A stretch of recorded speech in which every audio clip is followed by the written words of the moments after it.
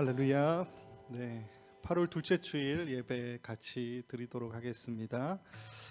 여전히 각자의 처소에서 다 예배 드리시겠지만 또 하나님 앞에 우리의 마음을 모으고 또 생각을 모으고 하나님 우리에게 말씀하시고 또 우리를 통해서 영광 받으시는 하나님을 기대하면서 함께 예배하는 저와 여러분 모두가 되었으면 좋겠습니다.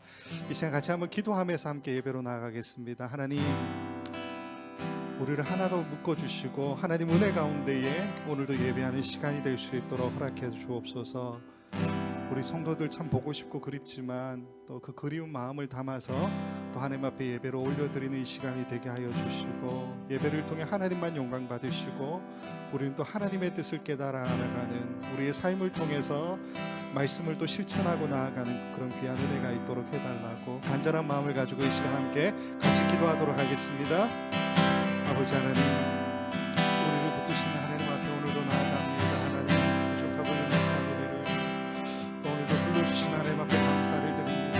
하나님, 여전히 우리가 함께 만나지 못하지만 온전한 마음으로 예배하며 나아가는 귀한 시간이 되기를 소망합니다. 우리의 생각과 우리의 마음과 하나님, 우리의 두 같은 모든 삶의 모습들도 다 주님 앞에 드리게 하여 주시고 하나님 내려놓게 하여 주시옵소서. 하나님, 우리에게 말씀하시는 것 앞에 우리의 삶을 집중하게 하여 주시고 하나님 원하시는 삶의 모양이 무엇인지 함께 고민하며 나아가는 이 시간이 될 수 있도록 인도하여 주시옵소서.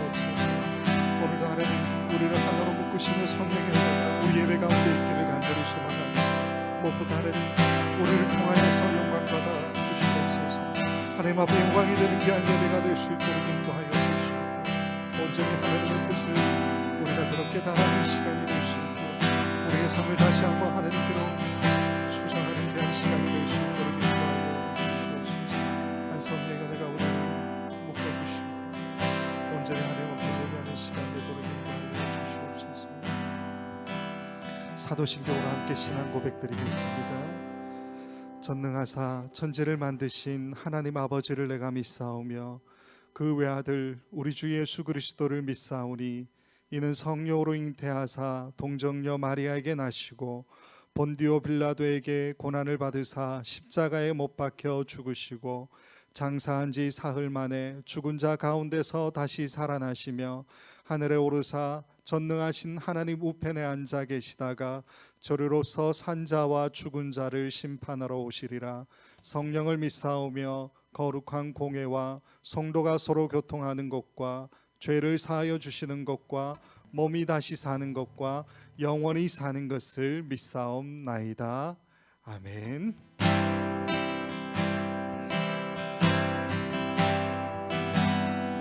찬양할게요. 있는 모습 그대로 있는 모습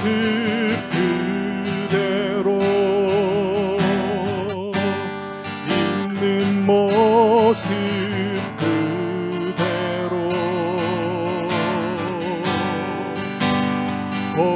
보시오.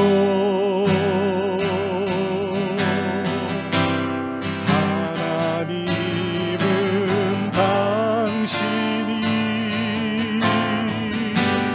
있는 모습 그대로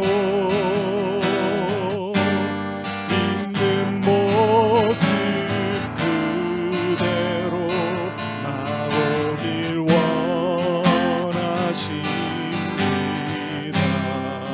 다시 한번 할까요? 있는 모습 그대로 있는 모습 그대로 있는 모습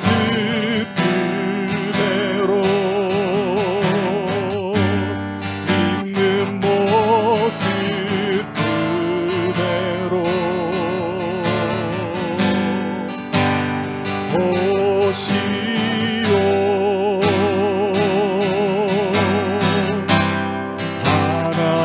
하나님은 당신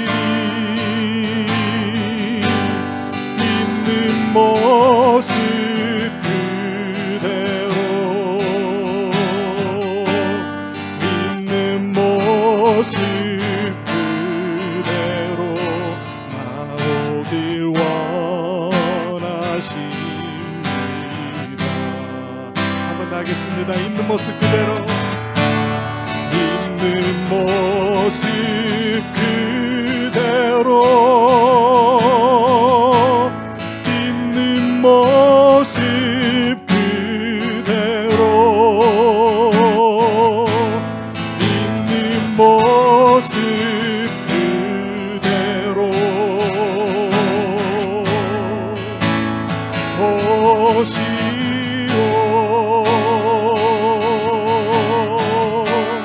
하나님은 당신이 있는 모습 그대로, 있는 모습 그대로 나오길 원하십니다. 하나님은 당신을, 하나님은 당신이 있는 모습 그대로,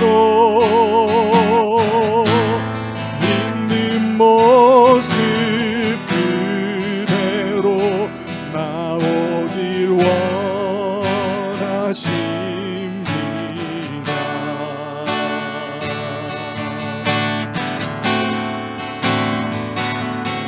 내가 믿고 또 의지함은 내 모든 형편하시는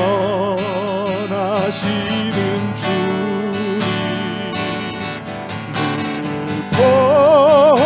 보호해 주실 것을 나는 확실히 아네.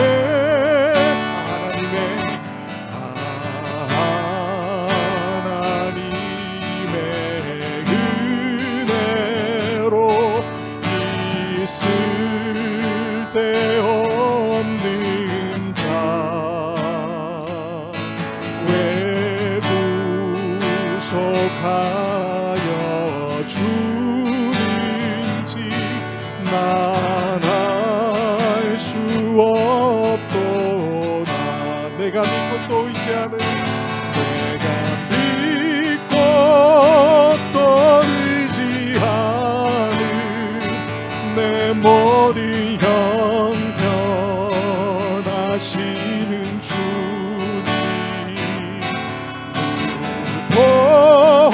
보호해 주실 것을 나는 확실히 아네. 왜 내게 굳센 믿음과 또 복음 주셔서 내 맘이 항상 편한지 난 알 수 없도다. 내가 믿고 또 의지함은, 믿고 또 의지함은 내 모든 형편하시는 주님,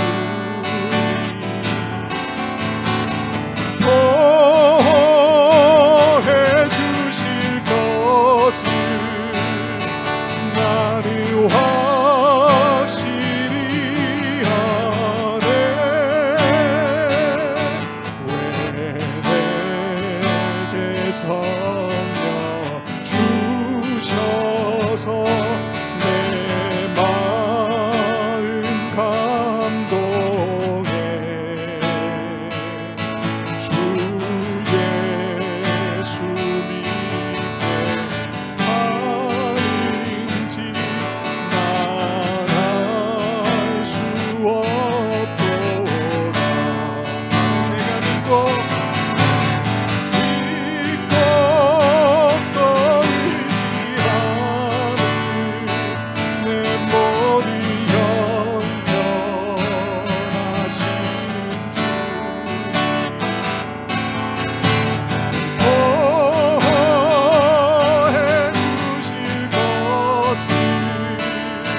나를 확실히 아네.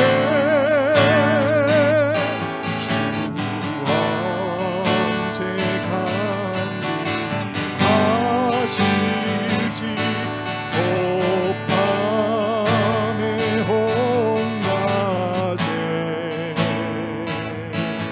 또 주님 만날 그곳도 나갈 수 없도다. 어느 내가 믿고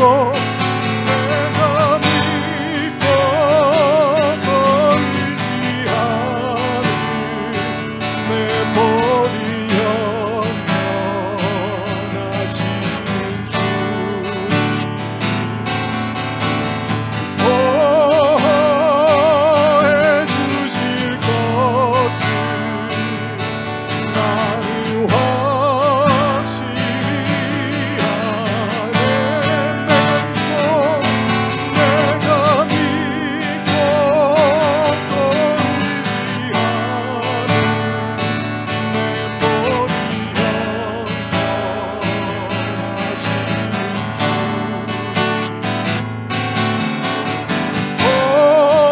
보호해 주실 것을 나를 확실히 아네.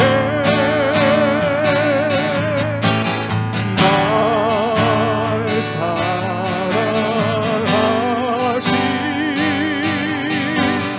날 사랑하시 날 사랑하시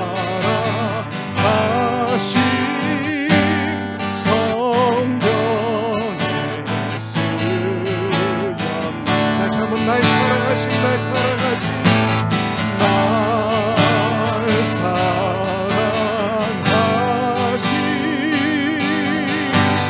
날 사랑하시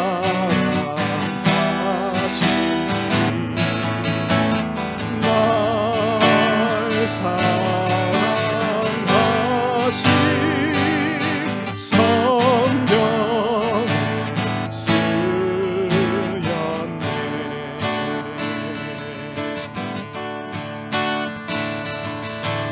예수 사랑하심을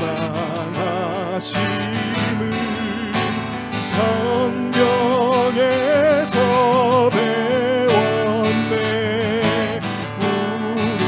우리들은 약하나 예수 권세만 보다 날 사랑하시 날 사랑하시 날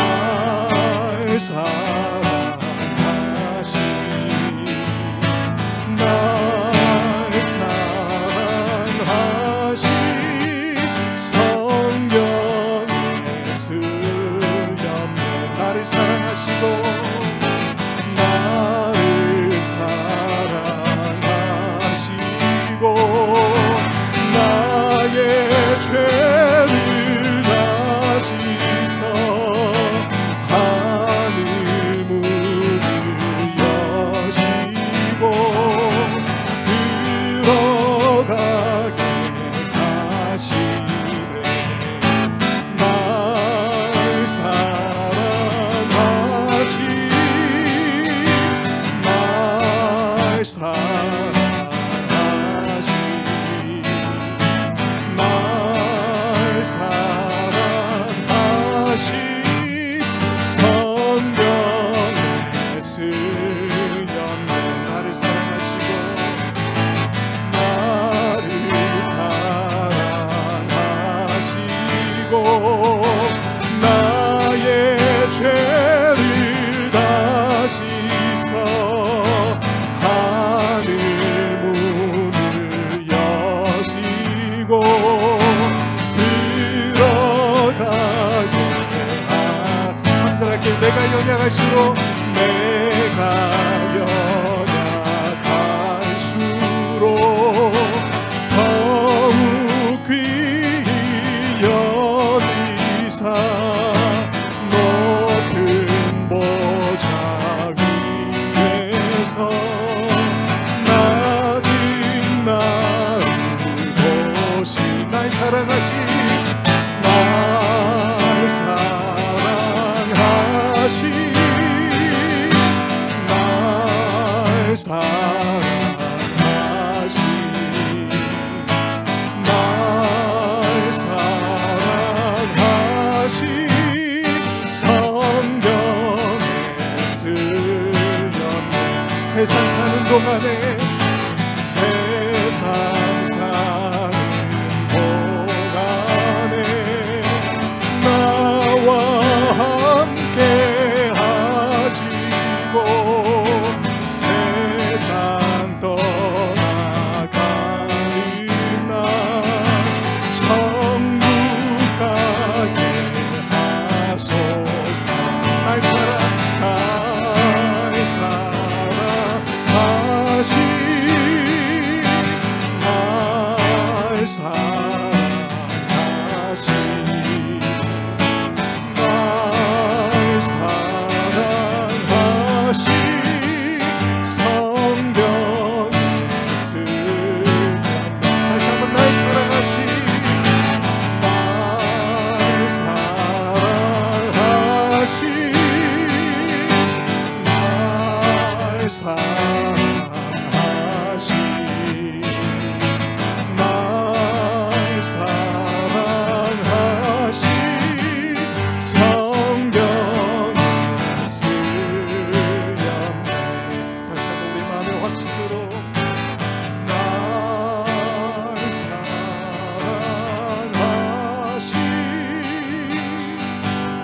날 사랑하신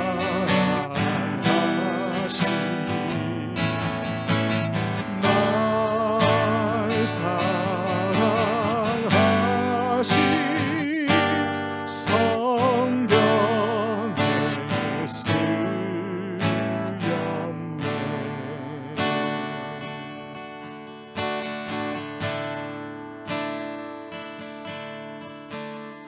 고단한 인생길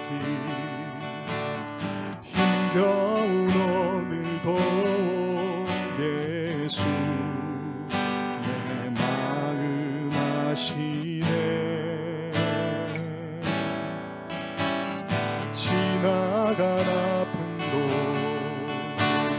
마주할 세상도 예수 내 마음 아시네 한번 더 하겠습니다 고단한 인생길 고단한 인생길 힘겨운 오늘도 예수 내 마음 아시네 지나간 아픔도 마주할 세상도 예수 내 마음 아시네 믿음의 눈 들어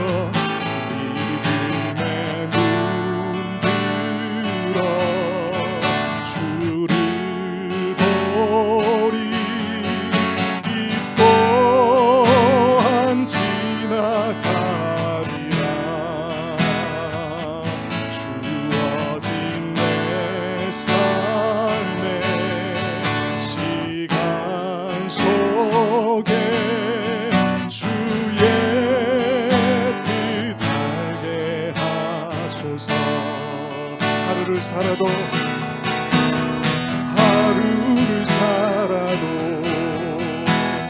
기쁨으로 가리 예수 늘 함께 하시네 후회도 염려도 온전히 맡기리 예수 늘 함께 하시네 믿음의 눈 들어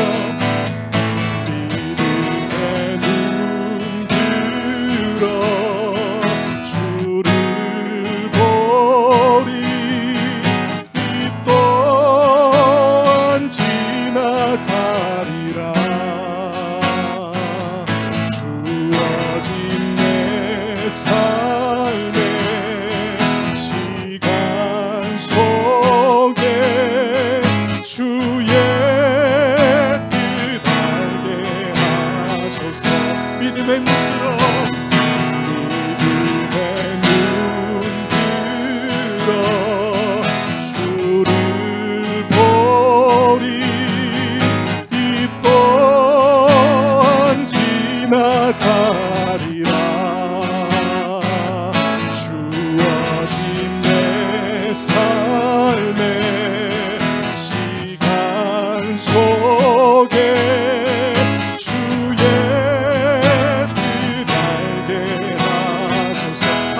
나아갑시다. 믿음의 눈 들어, 믿음의 눈 들어 주를 보리. 이 또한 지나가리라. 주어진 내 삶의 시간 속에 주의 뜻 알게 하소서. 주의 뜻 알게 하소서. 주의 뜻 알게 하소서. 주의 뜻 알게 하소서. 주의 뜻 알게 하소서.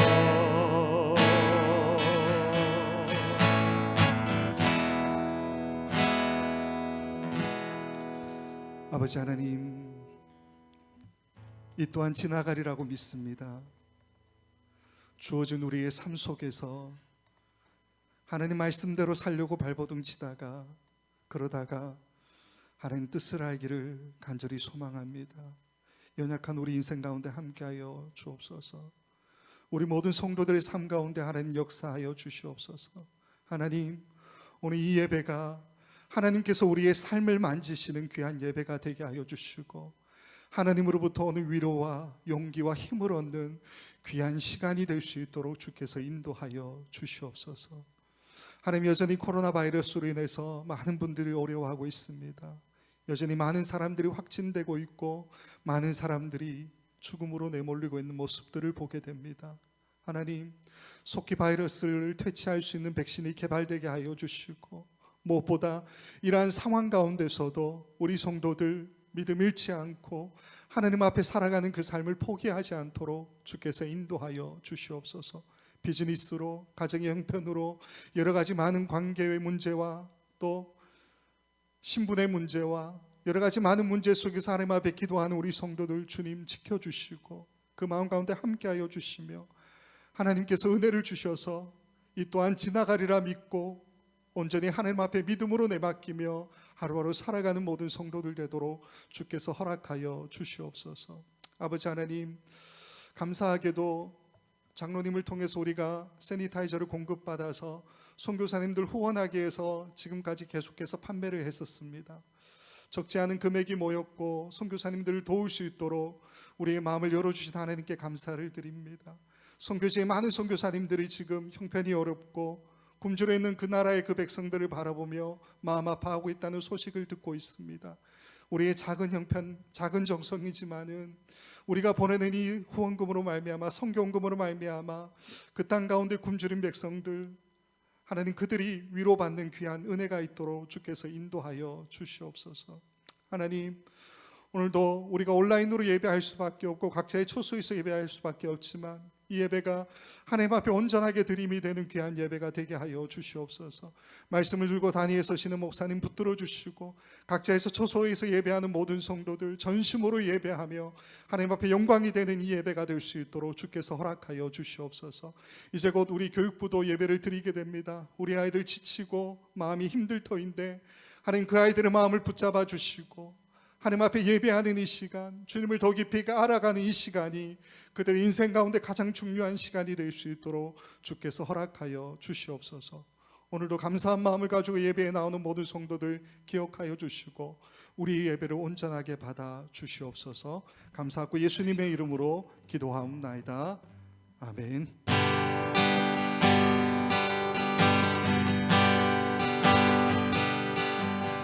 내가 주인 삼은 모든 것 내려놓고 내 주 대신 주 앞에 나가 내가 사랑했던 모든 것 내려놓고 주님만 사랑해. 다시 한번 내가 주인 삼은 모든 것 내려놓고 내 주 대신 주 앞에 나가 내가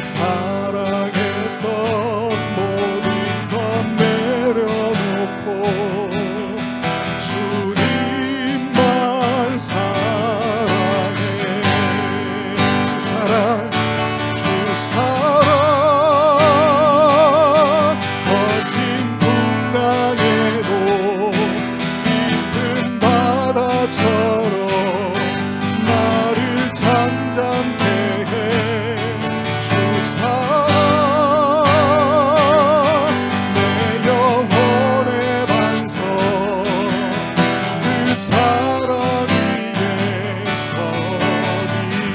다시 한번 주 사랑, 주 사랑 거친 불안해로 깊은 바다처럼 나를 잠잠케 해. 주 사랑 내 영혼의 반석, 그 사랑 위에 서리. 그 사랑 위에, 그 사랑 위에 서리. 그 사랑 위에 서리. 그 사랑 위에 서리.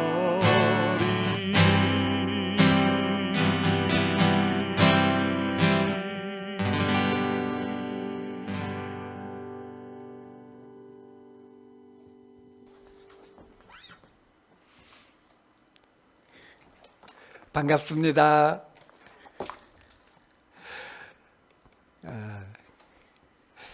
지금 이 자리에 몇 분 나와 계시는데요. 그 중에 한 분이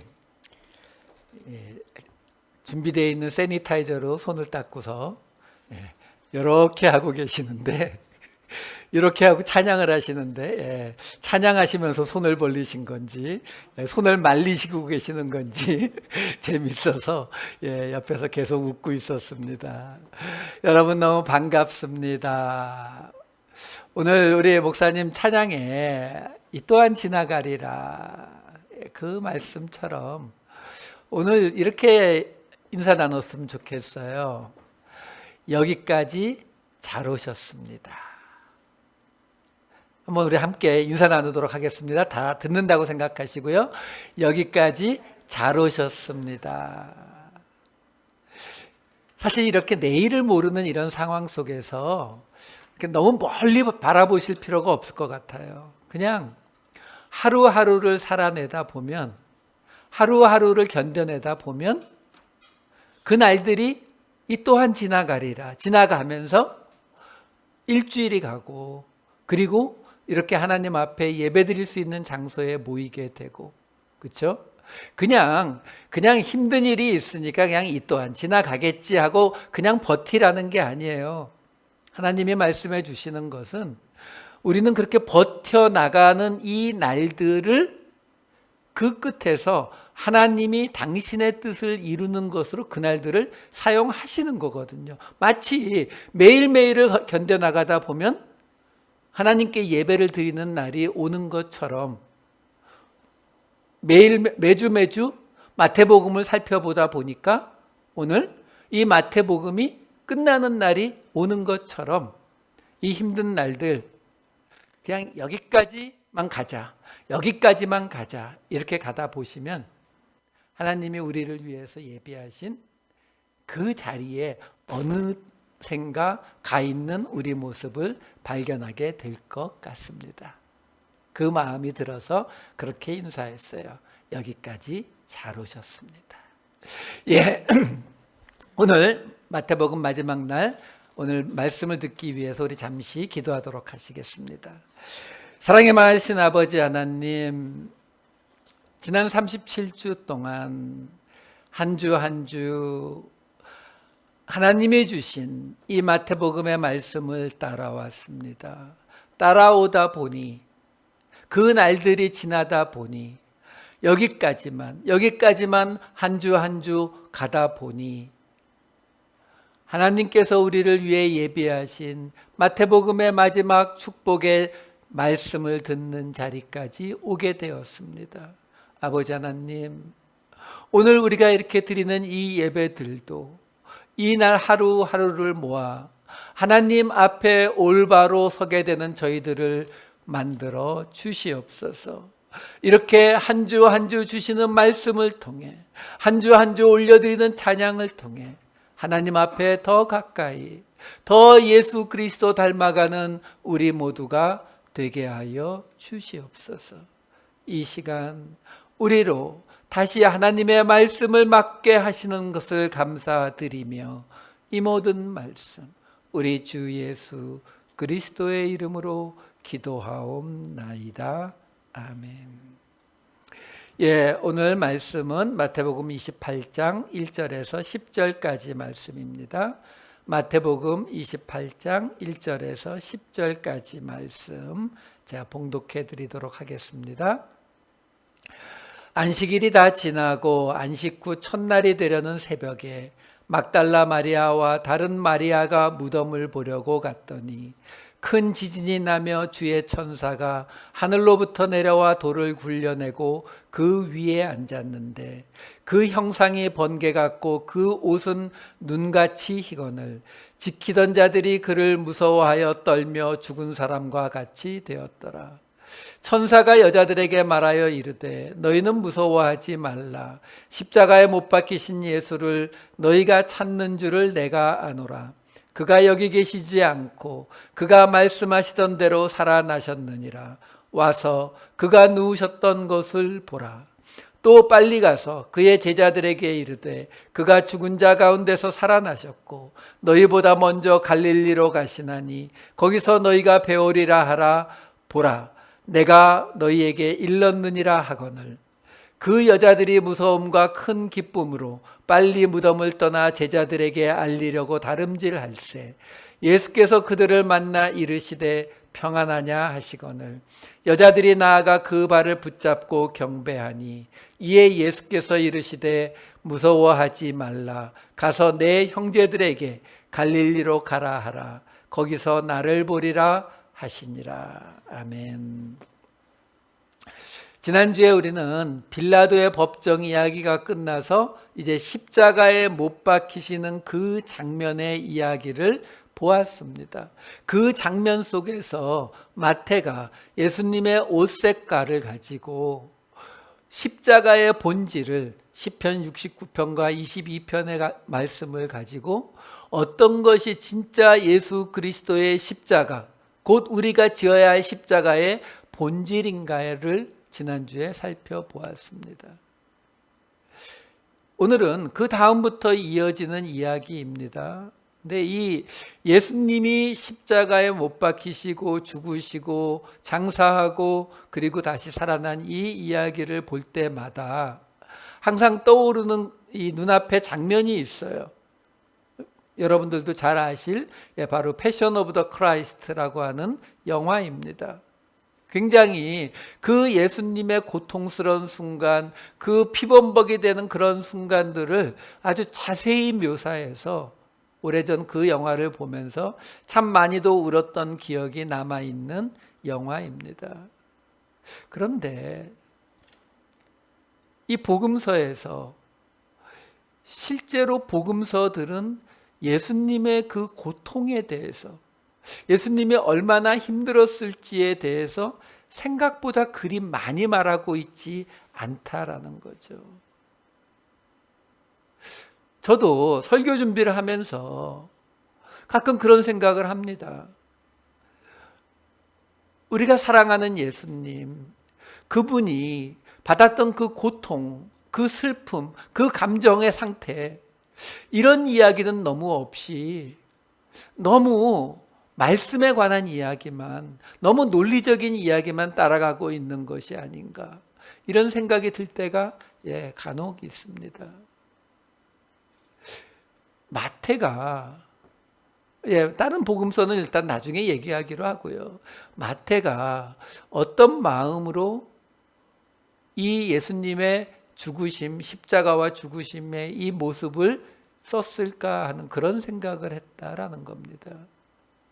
여러분, 지금 우리가 이미 보았다시피 마태는 예수님의 그 십자가의 장면 그조차도, 거기에서 예수님이 빌라도의 법정에서 희롱을 당하고 모욕을 당하는 그 장면조차도 쓸개를 모략으로, 그리고 모략을 쓸개로, 그리고 자색 옷을 홍색 옷으로 바꾸는 것을 통해서 마태가 전하고자 하는 그 메시지를 전하는 데에 훨씬 더 모든 영향을 집중하고 있는, 그의 이 마태복음의 내용을 집중하고 있는 모습을 보여주고 있더라라는 거죠.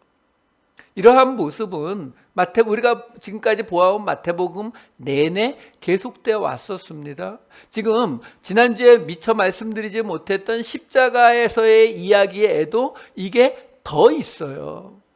예를 들어서 가장 대표적인 게 뭐냐면 예수님의 양편에 달렸던 두 강도의 이야기가 있습니다. 그 두 강도가 어땠는가 하는 이야기가 나와요. 이게 마태복음과 마가복음은 같은 이야기를 해주는데 누가복음은 다른 이야기를 해줍니다. 말씀을 잠깐 볼까요? 마태복음 27장 44절과 마가복음 15장 32절은 둘 다 뭐라고 합니까? 십자가에 못 박힌 강도들도 예수를 욕하더라 이렇게 말해요.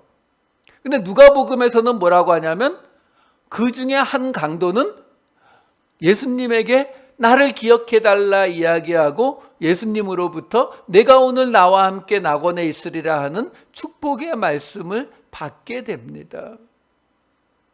여러분 이런 내용은 이게 어떻게 성경이 서로 틀리지? 이렇게 생각하실 필요가 없어요. 왜? 예수님이 십자가에 못 박히신 것이 성경에 보면은 몇 시라고 나오냐면 제3시, 우리 시간으로 오전 9시예요. 그리고 세상이 어두워진 것이 제6시, 우리 시간으로 정오 12시.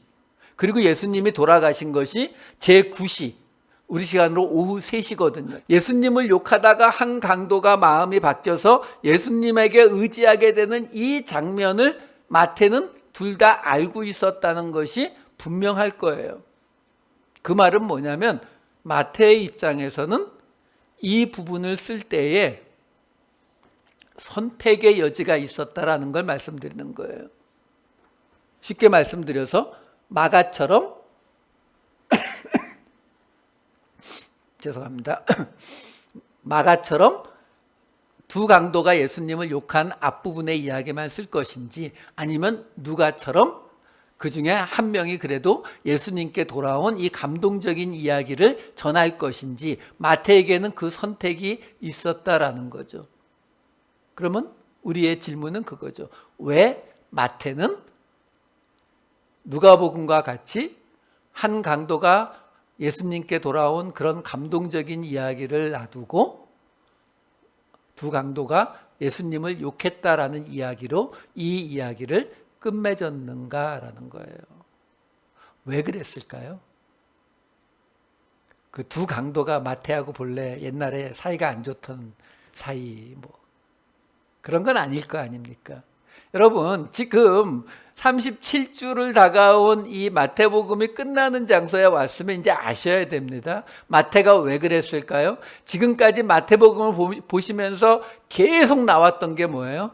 구약의 인용이요.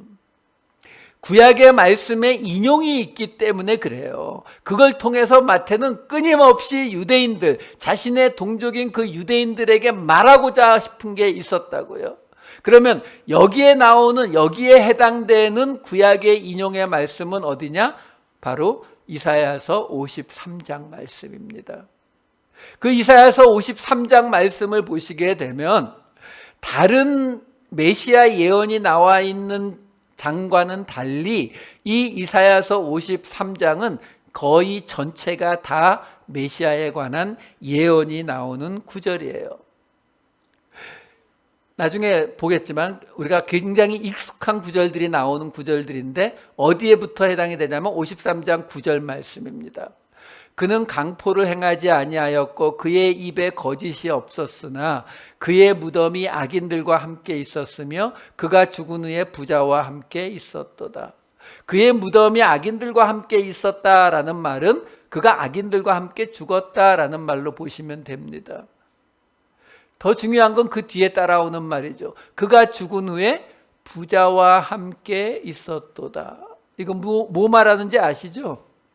지금 예수님이 돌아가신 이야기 바로 뒤에 지금 오늘 읽은 본문이 오기 그 앞에 뭐가 있냐면 바로 아리마대 요셉이라고 하는 사람에 의해서 예수님이 장사 지내시는 이야기가 나오거든요. 그럼 그 장사 지내는 그 이야기에 대해서 지금 이 이사야서를 통해서 마태가 연결시키고 있는 거예요. 이 아리마대 요셉이라고 하는 사람에 대해서 제가 2016년 3월 26일에 토요일 그 새벽 기도에 아리마대 요셉 이야기라고 해서 설교를 한 게 있어요. 그러니까 이 아리마대 요셉이라는 사람에 대해서는 그 설교를 들으시고요. 여기서는 지금 마테마가 누가 요한복음에 다 나오는 이 아리마대 요셉에 대한 묘사가 마태에만 하나가 다른 게 있어요. 제가 빨리 봐드릴게요. 마가 15장 43절, 누가복음 23장 50에서 51절, 요한복음 19장 38절을 보시게 되면 아리마대 사람 요셉이 존경받는 공회원, 하나님의 나라를 기다리는 자, 마가복음이죠. 누가복음에서는 공회의원, 선하고 의로운 하나님의 나라를 기다리는 자, 요한복음에서는 이 사람은 예수의 제자, 이렇게 설명을 해주고 있어요. 근데 마태복음은 다른 이야기를 합니다. 마태복음 27장 57절, 아리마대의 부자 요셉이라 하는 사람이 왔으니, 무슨 말하는 거예요? 지금 이사야서 53장 그 상황이 벌어지고 있는 거야 라고 지금 마태는 유대인들에게 말해주고 있는 거예요. 하나 더 있어요. 이사야서 53장 12절 말씀입니다. 그러므로 내가 그에게 존귀한 자와 함께 몫을 받게 하며 강한 자와 함께 탈취한 것을 나누게 하리니 이는 그가 자기 영혼을 버려, 여러분 지난주에 제가 설명해 드렸죠. 마가복음이나 누가복음은 예수님이 십자가에서 숨지시다로 끝났는데 마태복음만 뭐라고 했다고요? 그 영혼이 떠나시더라라고 말했는데 그게 직역하면 뭐라고요? 그가 그의 영혼을 자기로부터 가게 하였다의 뜻이라고 제가 지난주에 말씀드렸잖아요. 왜 마태가 그렇게 썼느냐? 바로 이 이사야서 53장에 그가 자기 영혼을 버려라고 표현을 했기 때문에 그것과 연결시키기 위해서 예수님의 십자가상의 죽음을 그렇게 표현을 해주고 있는 거예요. 그리고 지금 53장 12절 다시 보시게 되면은 그 다음에 뭐라고 나옵니까? 영혼을 버려 한 다음에 사망에 이르게 하며 범죄자 중 하나로 헤아림을 받았음이니라. 이것 때문에 앞에 9절에서 나왔던 것처럼 악인들과 무덤을 함께하고 그리고 범죄자 중 하나로 헤아림을 받았다라는 이것 때문에 지금 마태가 이 이사야서 53장과 이 이야기를 연결시킨다는 증거가 되고 있는 거예요. 그러면 왜 마태는 이토록, 여러분 지금 이 장면이 어떤 장면이에요? 사실 복음서에서 우리가 예수님 영화 같은 거 볼 때에 클라이막스를 찾는다 그러면 그게 어느 장면이에요? 예수님 십자가에 죽으시고 부활하시는 그 장면이잖아요. 바로 그 장면이 마태에게도 똑같고 다른 복음서 저자에게도 똑같죠. 가장 마지막 클라이막스를 이야기하는, 지금까지 이야기해온 복음서의 모든 이야기의 총정리로 이야기하는 그 부분이거든요. 그 부분에서 마태는 지금 여러 가지 장치를 갖다 놓으면서 이 부분을 이사야서 53장의 말씀으로 받아달라, 이 이야기를 우리에게 하고 있는 거예요.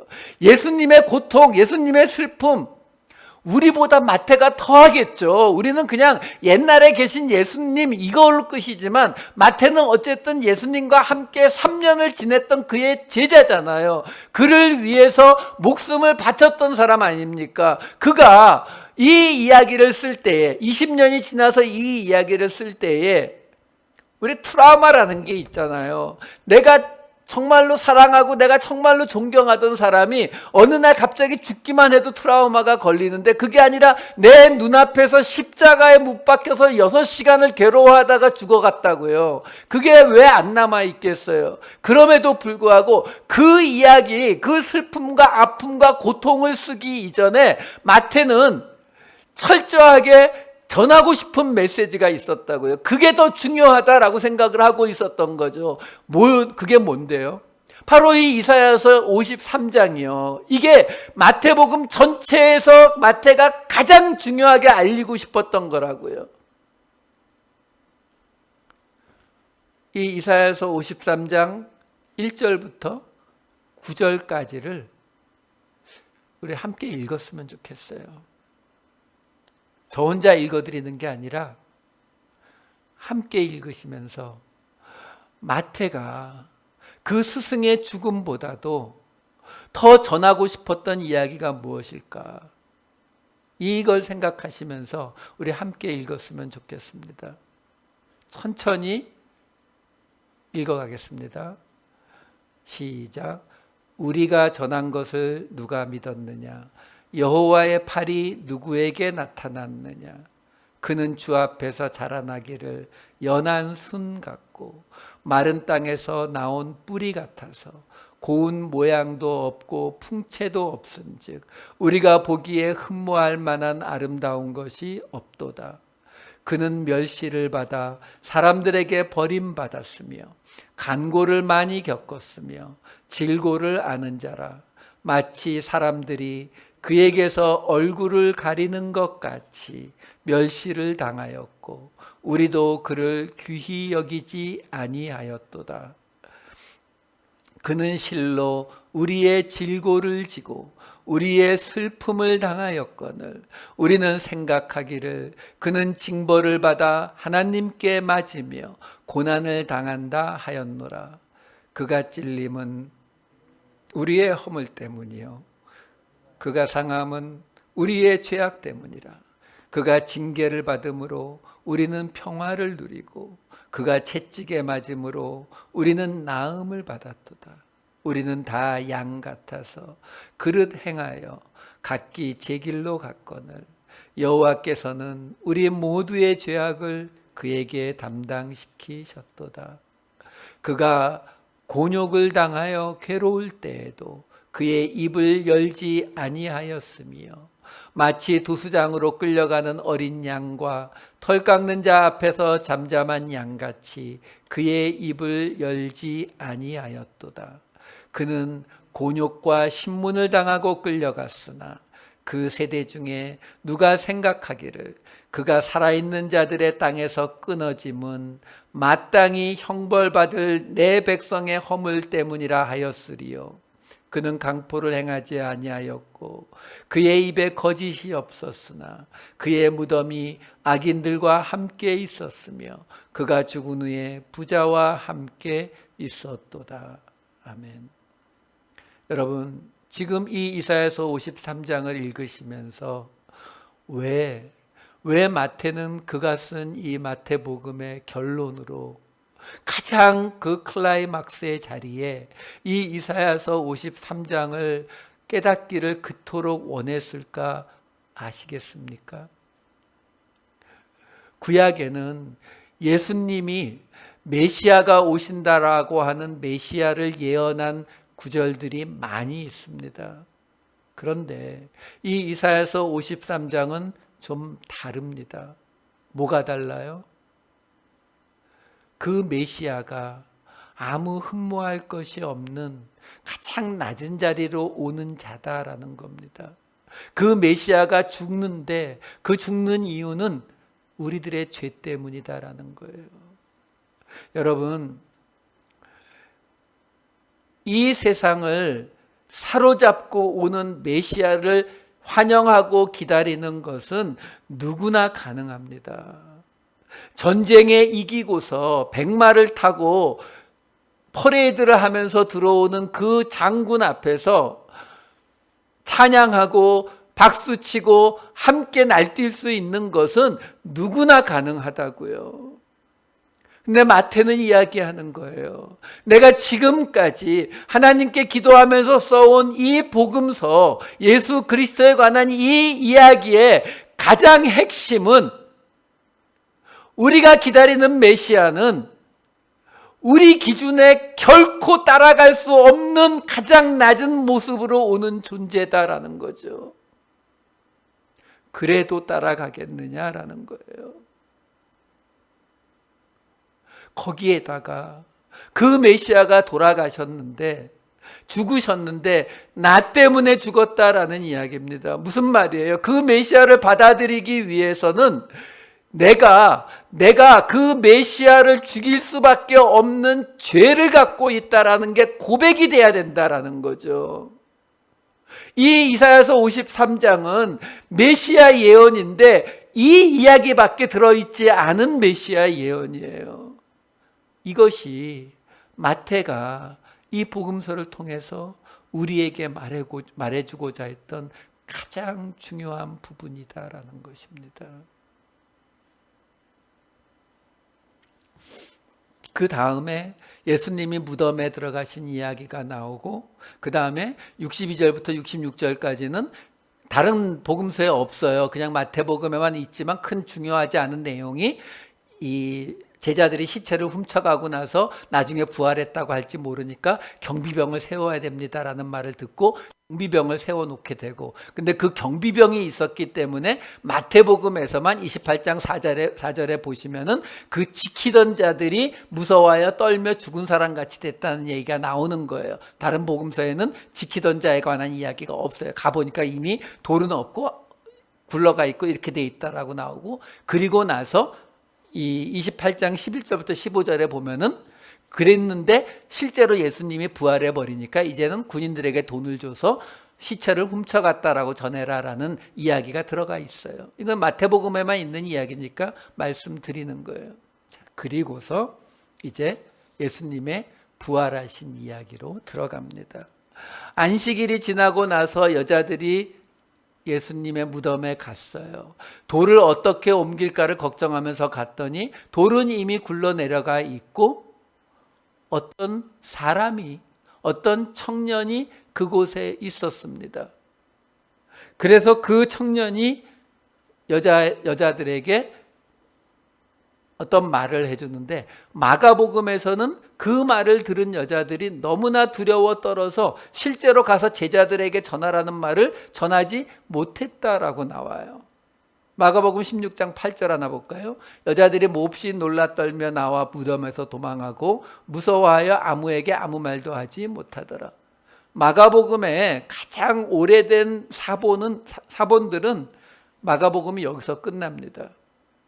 어찌되었든 그건 나중에 마가복음을 할 때 설명을 드릴게요. 자, 마태는 이 대목에 있어서도 다른 이야기를 들려줍니다. 마태복음 27장 2절을 보시게 되면,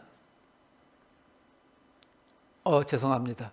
27장이 아니라 28장인데 제가 잘못 줬네요. 예, 마태복음 28장 2절에는 제가 읽어드릴게요. 이렇게 나와요. 큰 지진이 나며 주의 천사가 하늘로부터 내려와 돌을 굴려내고 그 위에 앉았는데, 이렇게 돼요.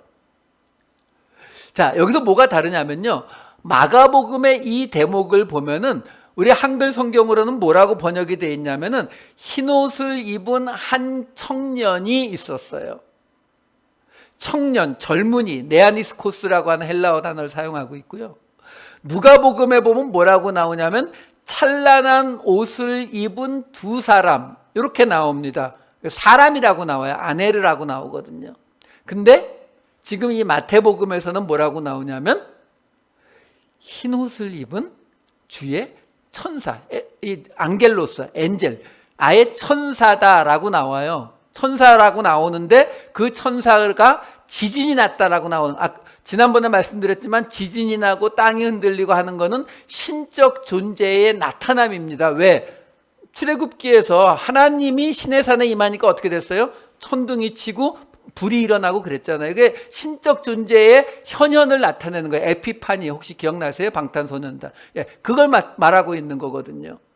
자, 그러니까 지금 마태는, 마가나 누가는 그 존재가 사람이라고, 청년이라고 말하고 있는데 마태만 천사라고 딱 집어서 신적인 존재다라고 이야기하고 있어요. 우리가 천사 그러면은 이렇게 날개가 달리고 훨훨 날아다니는 그런 존재를 생각하거든요. 성경에도 나오죠. 가브리엘 천사 나오고, 그렇죠? 뭐 그 외에도 뭐 이렇게 미카엘, 우리엘 해서 12천사를 쭉 만들어 놨어요. 하여간 있다고 쳐요. 자, 문제는 그러한 천사의 개념은 이 그리스, 로마 이쪽 문명으로 오면서 바뀌어진 모습이고요. 본래 유대인들이 말하고 있을 때 히브리어에서 천사로 번역되는 단어는 마라크라고 하는 단어인데, 이 단어는 천사로도 번역되지만 사자로도 번역되면, 메신저로도 번역되지만 엠베서더로도 번역이 되는 단어예요. 그래서 구약 성경에 보게 되면은 천사, 이 마라크라는 단어가 천사 또는 사자, 여호와의 사자로도 번역되고, 때로는 여호와 하나님 자체로도 이 단어를 사용합니다. 이 구약 성경에서요. 근데 지금 마태가 유대인들을 대상으로 계속 구약과 연결시키면서 이 이야기를 하고 있다는 것을 생각을 하셔야 되는 거예요. 그래서 지금 마태복음에서 금방 보았던 28장 2절에 큰 지진이 나면서 주의 천사가 하늘로부터 내려와 돌을 굴려내고 그 위에 앉았는데 라고 이야기하면서 그 다음에 그 천사에 대해서 이렇게 설명합니다. 28장 3절. 그 형상이 번개 같고 그 옷은 눈같이 희거늘. 옷이 눈같이 희다라는 것은 뭐 더 설명할 필요가 없어요. 옷이 희다라는 거예요. 자, 문제는 형상이 번개 같고, 여기서 형상이라고 번역이 된 헬라어 단어가 에이도라고 한 단어인데, 에이도가 아니라 에이데아라는 단어인데, 이 단어가 우리가 흔히 쓰는 영어식 발음이 뭐냐면 이데아예요. 이데아. 기억나십니까? 플라톤 철학에서 본질을 뜻하는 단어 이데아예요. 그게 여기서 온 단어예요. 에이데아. 이게 에이도라는 단어. 에이도가 뭐냐면 보다, 깨닫다라는 뜻이거든요. 그러니까 보거나 깨달아서 알 수 있는 어떤 진짜 본질을 말할 때 이데아. 그게 이제 플라톤의 철학이거든요. 그러니까 이 이데아를 뭘로 번역하냐면 주로 형상으로도 번역하지만 주로 얼굴로 많이 번역해요. 얼굴. 그래서 영어로는 countenance로 주로 번역하거나 아니면 appearance, 외모, 얼굴, 외모 이런 뜻으로 번역하거든요. 그러니까 형상도 크게 틀리진 않아요. 그런데 그리고 번개 같다라고 지금 나오는데, 여기서 번개 같다라고 번역이 되는 이 아스트라페라고 하는 단어는 어디서 온 단어냐면은 아스텔에서 온 단어예요. 아스텔이 뭐냐면 에스테르, A-S-T-R-E 이렇게 되면 뭐예요? 에스트로놀지 하면 뭐예요? 별이요. 천문학. 그러니까 별을 말하는 거예요. 별, 에스텔이. 그러니까 별에서 온 이 아스트라페라고 하는 이 단어의 뜻은요,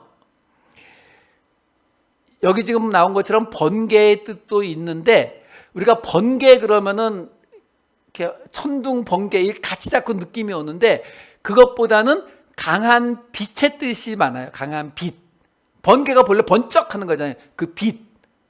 그러니까 지금 제가 뭘 설명드리려고 하는 거냐면, 지금 예수님의 무덤에 와 있는 어떤 존재, 천사가 있는데, 그 천사를 지금 마태는 뭐라고 이야기하냐면은 그의 외모가, 그의 얼굴이 빛 같다. 아주 강한 빛 같다. 번개처럼 강한 빛 같다. 근데 그의 옷은 눈같이 희다. 이렇게 지금 설명을 하고 있는 거라고요. 왜요? 또 구약이요. 다니엘서 7장 9절. 내가 보니 왕좌가 놓이고 옛적부터 항상 계신 이가 좌정하였는데, 옛적부터 항상 계시다는 것은 하나님입니다. 그의 옷은 희기가 눈 같고 그의 머리털은 깨끗한 양의 털 같고 그의 보좌는 불꽃이요 그의 바퀴는 타오르는 불이며. 하나님의 모습은 우리가 볼 수가 없어요. 그래서 항상 그의 보좌, 그의 바퀴 이렇게 표현하거든요. 그의 보좌가 불꽃이래요. 여기서 불꽃이라고 하는 그 불은 누르라는 단어, 히브리어고, 꽃이라고 번역이 된 쉐비빈이라고 하는 히브리어 단어는요, 사바부에서 온 단어인데, 사바부는 이 화염이라는 뜻도 있고 동시에 무슨 뜻이 있냐면 빛나는 광채라는 뜻이 있어요. 그 말은 뭐냐면, 이 다니엘서 7장 9절에서 다니엘의 환상 속에서 본 하나님이 어떤 분이냐면은 옷이 하얗고, 그리고 그의 보좌와 이 바퀴로 표현되는 그 하나님의 그쪽의 모습이 불이 번쩍번쩍 하는 것 같은 아주 강한 불빛이 있다라는 뜻이라고요. 그래서 마태가 그 이야기를 여기다가 그대로 전해주고 있는 거예요. 무슨 말이에요? 예수님이 죽으신 그 무덤가에 갔더니 누가 있었다고요? 옛적부터 항상 계신 하나님이 계셨다. 지금 그 얘기를 지금 마태가 하고 있는 거예요. 그래서 28장 4절 이어지는 주의 9절에 뭐가 나온다고요? 지키던 자들이 그를 무서워하여 떨며 죽은 사람과 같이 되었다. 경비병들이 죽은 사람 같이 되었대요. 왜요? 하나님 앞에 서면 그렇게 되거든요. 계시록 말씀 1장 13, 14절, 16, 17절 읽어드릴게요. 촛대 사이에 인자 같은 이가 발에 끌리는 옷을 입고 가슴에 금띠를 띠고 그의 머리와 털의 희기가 흰 양털 같고 눈 같으며 그의 눈은 불꽃 같고 그리고 그의 오른손에 7별이 있고 그의 입에서 좌우에 날성검이 나오고 그 얼굴은 해가 힘있게 비치는 것 같고, 그러니까 이 얼굴에서 빛이 나고 눈은 불꽃 같고 이런 것들이 불보다는 빛의 개념이거든요. 그런 상황에서 그의 모습은 하얗고 하나님을 계속 뜻하는 모습들이에요. 근데 요한계시록에서는 그걸 지금 인자 같으니 곧 예수 그리스도라고 얘기하고 있는 거예요. 근데 어쨌든 하나님 앞에 서게 되면 17절에 뭐가 돼요? 죽은 자 같이 된다. 이 이야기를 하고 있는 거예요. 그러니까 지금 마태와 이 사도 요한이 서로 틀려요. 어떤 부분이 틀리냐면 서로의 입장이 틀려요. 사도 요한은 이방인들을 대상으로 에베소 지역에서 요한복음을 썼던 사람이잖아요. 그러니까 이 사도 요한은 이방인들을 대상으로 했기 때문에 자기가 하고 싶은 이야기 다 할 수 있었어요. 그래서 이 요한계시록에서 지금 사도 요한은 무슨 말하고 있는 거냐면 다니엘서에 나오는 그 하나님을 묘사하고 있잖아요. 희다고 눈같이 희고 그의 눈은 불꽃 같고 얼굴은 해같이 빛난다고 하는데 그게 누구라고요? 예수님. 다시 말해서 예수님이 하나님이야. 이 말을 그냥 던지고 있는 거예요. 그래서 우리가 요한복음을 보면은요, 오늘 지금 보고 있는 요 대목에 해당되는 요한복음 20장 12절 14절 보시면 이렇게 나와요. 아까 마태복음은 천사 1명, 그렇죠? 마가복음은 청년 하나, 누가복음은 흰옷 입은 2사람 이렇게 나왔는데 지금 요한복음을 보세요. 흰옷 입은 2 천사가 예수님 그 시체 앞뒤 이 머리편 이쪽에 이렇게 있었는데, 근데 여자가 이 막달라 마리아가 그 천사를 보고서 천사들이 어찌하여 우느냐라고 하니까 사람들이 내 주님을 어디다 옮겼는지 내가 몰라요 하고 울고 있다가 뒤를 딱 돌아봤더니 뒤에 누가 있었다고요? 예수님이 있었대요. 그럼 요한복음은 지금 무슨 얘기를 하고 있는 거예요? 이 장면을 가지고 2 천사가 있고 예수님이 있고 셋이네요. 이거 어디서 많이 본 이야기죠? 창세기 18장에 나오죠. 창세기 18장 1절과 2절 말씀에 보면 아브라함이 하나님을 만나는 장면이 이렇게 나옵니다.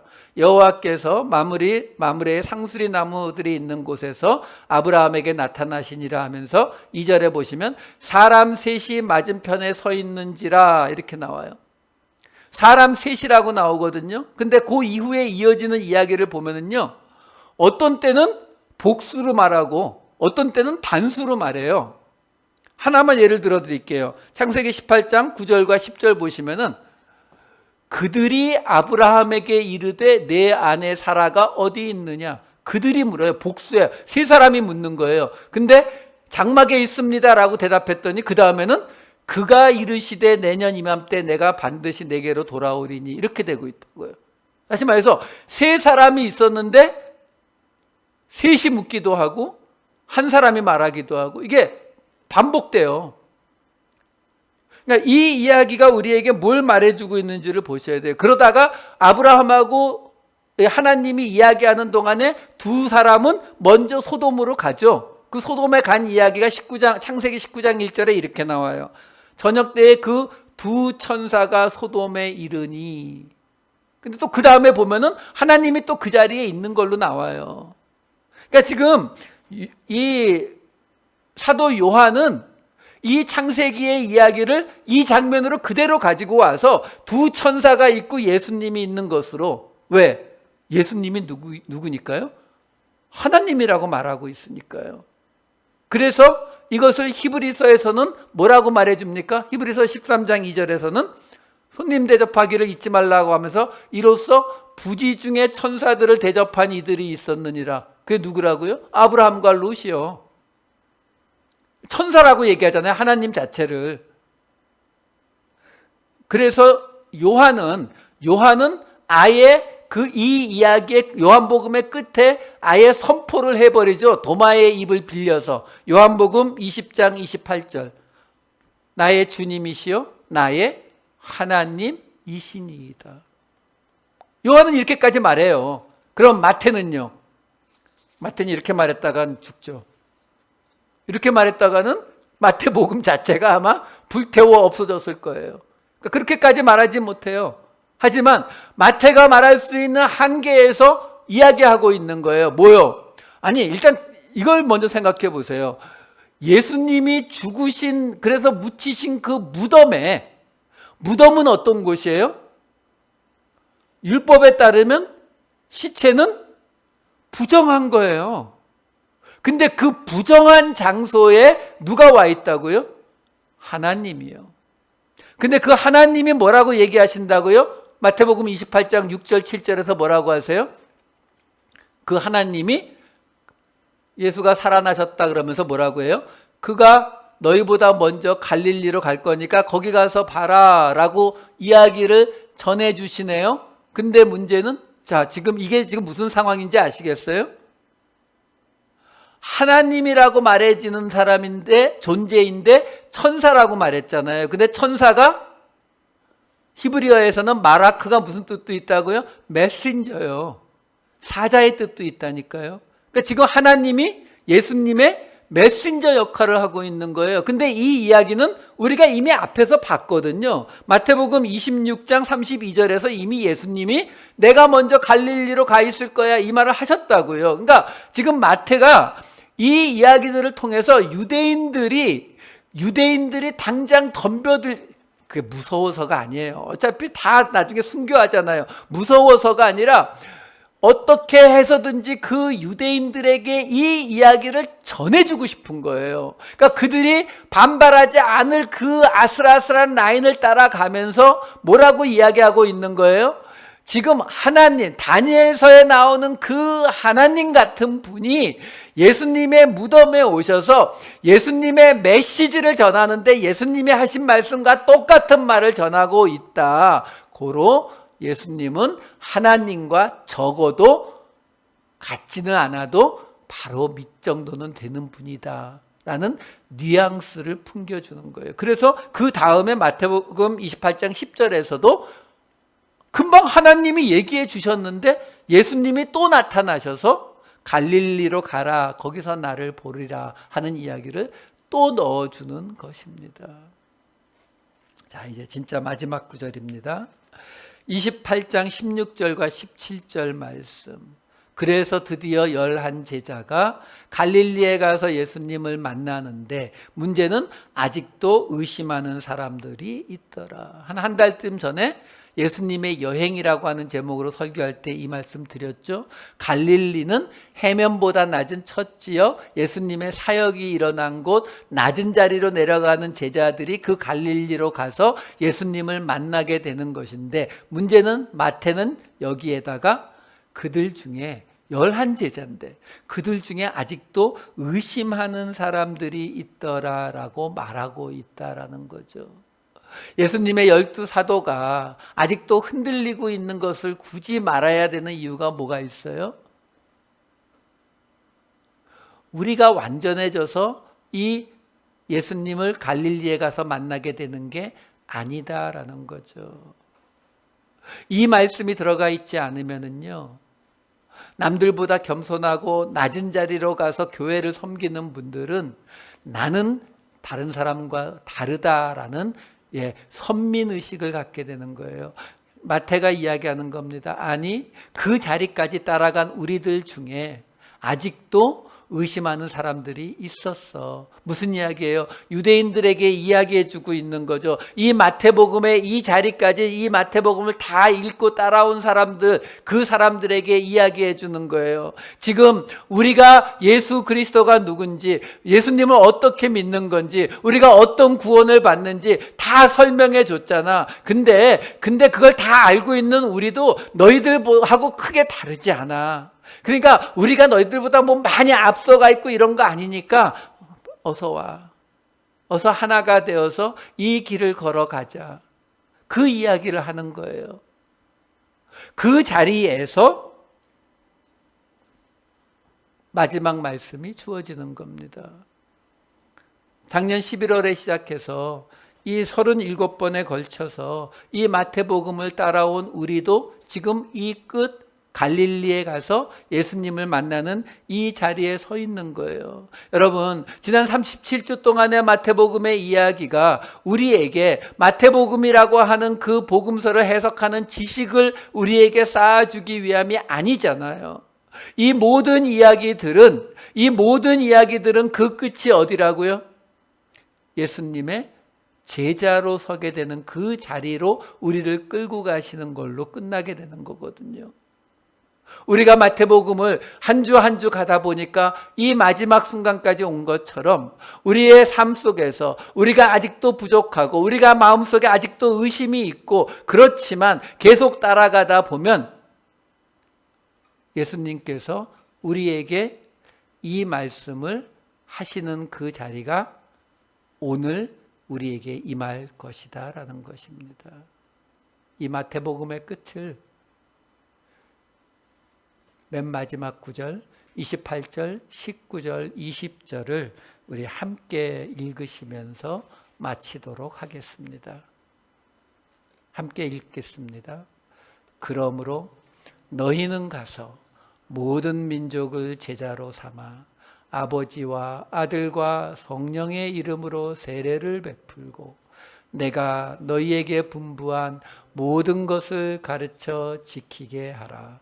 볼지어다 내가 세상 끝날까지 너희와 항상 함께 있으리라 하시니라. 기도하시겠습니다.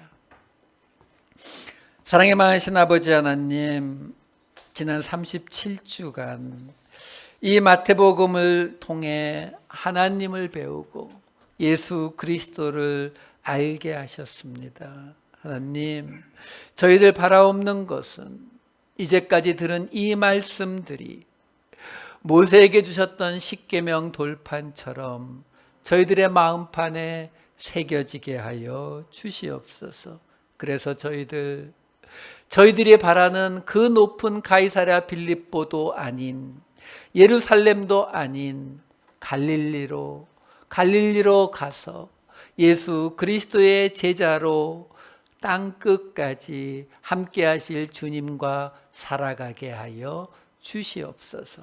감사드리옵고 이 모든 말씀 우리 주 예수 그리스도의 이름으로 기도하옵나이다. 아멘.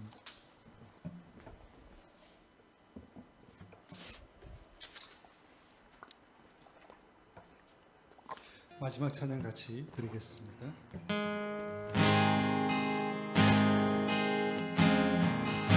마라나타 주 예수여 어서 오시옵소서. 땅의 모든 끝 모든 족속 주를 찬송하게 하소서. 마라나타 주 예수여 어서 오시옵소서. 모든 열방이 주께 돌아와 춤추며 경배하게 하소서. 우리 주님 다시 오실 길을 주를 만들자. 십자가를 들고 땅 끝까지 우린 가리라. 우리 주님 하늘 영광 온 땅 덮을 때 우린 땅 끝에서 주를 맞으리. 마라나타 마라나타. 아멘. 주 예수여 오시옵소서. 마라나타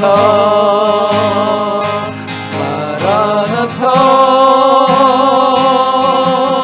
아멘. 주 예수여 오시옵소서. 우리 주님 다시 오실 길, 우리 주님 다시 오실 길을 만들자. 십자가를 들고 땅 끝까지 우린 가리라. 우리 주님 하늘 영광 온 땅 덮을 때 우린 땅 끝에서 주를 맞으리. 마라나타 마라나타. 아멘. 주 예수여 오시옵소서. 마라나타 마라나타. 아멘. 주 예수여 오시옵소서. 주 예수여, 아멘. 주 예수여 오시옵소서. 아멘. 주 예수여 오시옵소서.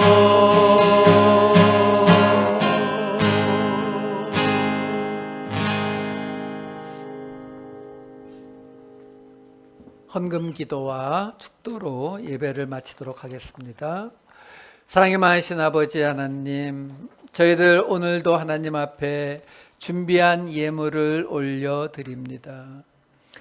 세상은 아직도 많이 힘들지만, 어렵지만 이 모든 것을 주관하시는 분은 하나님이심을 믿습니다. 하나님, 그 믿음으로 이 예물을 드리오니 이 예물이 쓰여지는 곳마다 세상을 주관하시는 하나님의 능력이, 하나님의 영광이 나타나게 하여 주시옵소서. 드린 손길과 드리지 못한 마음 위에도 하나님의 크신 축복이 임하길 바라오며 이 모든 말씀 우리 주 예수 그리스도의 이름으로 기도하옵나이다. 아멘. 이제는 우리 주 예수 그리스도의 크신 은혜와 그 아들을 주시기까지 우리를 사랑하신 하나님 아버지의 크신 사랑과 성령님의 감화감동하심이 이제 옛사람이 죽고 다시 살아난 갈릴리에서 예수님을 만나는 예수님의 제자로 살아가겠노라 결단하는 사랑하는 우리 원 커뮤니티 교회의 모든 성도들과 이 시간 이 예배를 함께하는 모든 온라인 성도들 머리 위에 이제로부터 영원토록 함께 하실지어다. 아멘.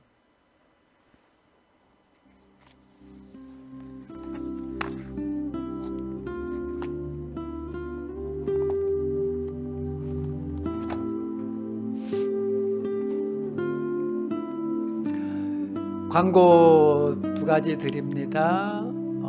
지난 수요일부터 이 온라인으로 하는 줌으로 진행되는 수요 중보기도 모임이 시작되었습니다. 저녁 8시에 이 단톡방에 올라오는 것을 클릭하시면은 함께 하실 수 있습니다. 지금은 일단 여성분들로만 구성하고 있습니다. 많은 참여를 부탁드리고요. 그리고 또 하나는 여러분들의 후원에 우리 선교사 지원을 위한 세니타이저가 지난주까지 1365불이 모였습니다. 그리고 개인적으로 또 그 선교 헌금을 하신 분이 있어서 이번 주까지 그 세니타이저 판매를 하고 그리고 나서 선교사님들에게 보내드리도록 하겠습니다. 여기까지 왔습니다. 마태복음이 끝났습니다. 이 코로나 바이러스만 아니면 책거리 해야 되는데 짜장면이라도 먹어야 되는데 그걸 못하네요. 이렇게 한 주 한 주 견뎌나가시다 보면 하나님께서 예비하신 아름다운 날, 축복의 날이 우리 모두에게 임하게 될 것을 우리 주님의 이름으로 축원드립니다. 힘내시고 다음 주에 뵙겠습니다. 사랑합니다.